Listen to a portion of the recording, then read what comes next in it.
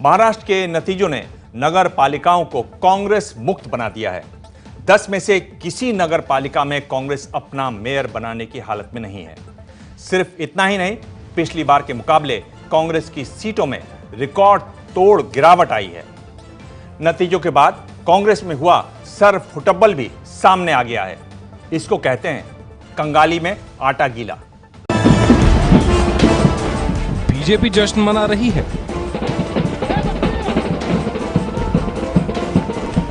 शिवसेना जश्न मना रही है।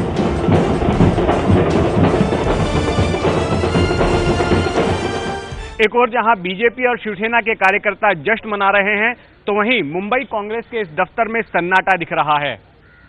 चुनाव नतीजों के दिन यहां ऐसी हालत होगी, इसके संकेत चुनाव के पहले ही दिखने लग गए थे।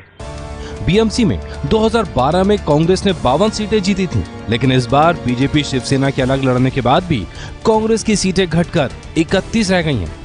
ऐसा सिर्फ बीएमसी में नहीं है। 10 महानगर पालिकाओं में से कांग्रेस एक में भी सत्ता हासिल नहीं कर पाई है। सत्ता हासिल करना छोड़िए, एक में भी कांग्रेस सबसे बड़ी पार्टी नहीं है। कांग्रेस को 4 महानगर पालिकाओं में सत्ता गंवानी पड़ी है। कांग्रेस पुणे, सोलापुर, अमरावती के साथ साथ नासिक में भी कांग्रेस गठबंधन में सत्ता में थी। इन नतीजों के बाद कांग्रेस में सिर्फ फुटबॉल शुरू हो गया है। सबसे पहले तो मैं जिम्मेदार हूं, क्योंकि मैं मुंबई अध्यक्ष हूं और इसलिए मैंने ऑफर कर दिया है कि मैं रिजाइन कर रहा हूं।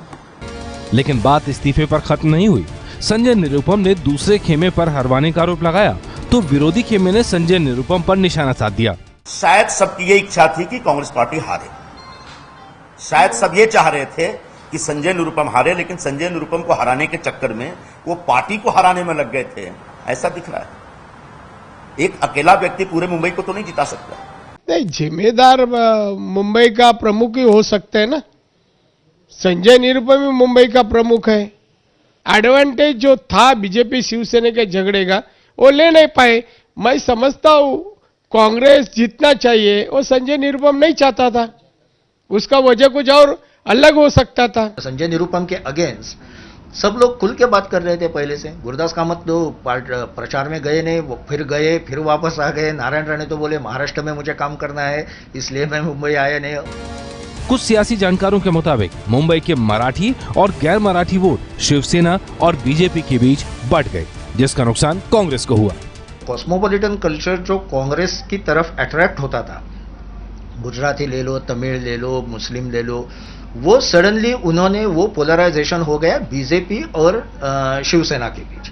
तो जो मराठी कल्चर पूरा शिवसेना के साथ आ गया, कॉस्मोपॉलिटन कल्चर पूरा बीजेपी के साथ आ गया, और कांग्रेस ना तो यहाँ की रही ना वहां की रही। इससे पहले महाराष्ट्र विधानसभा चुनाव में कांग्रेस को 288 में से सिर्फ 42 सीट मिली थी, जबकि 2009 में उसे 82 विधानसभा सीटें मिली थी। इसी तरह लोकसभा में कांग्रेस 2009 की 17 सीटों से घटकर 2014 में सिर्फ 2 सीटों पर सिमट गई। साफ है, कांग्रेस ने अपनी गलतियों से सबक नहीं सीखा है, जिसका खामियाजा उसे महाराष्ट्र में भुगतना पड़ रहा है।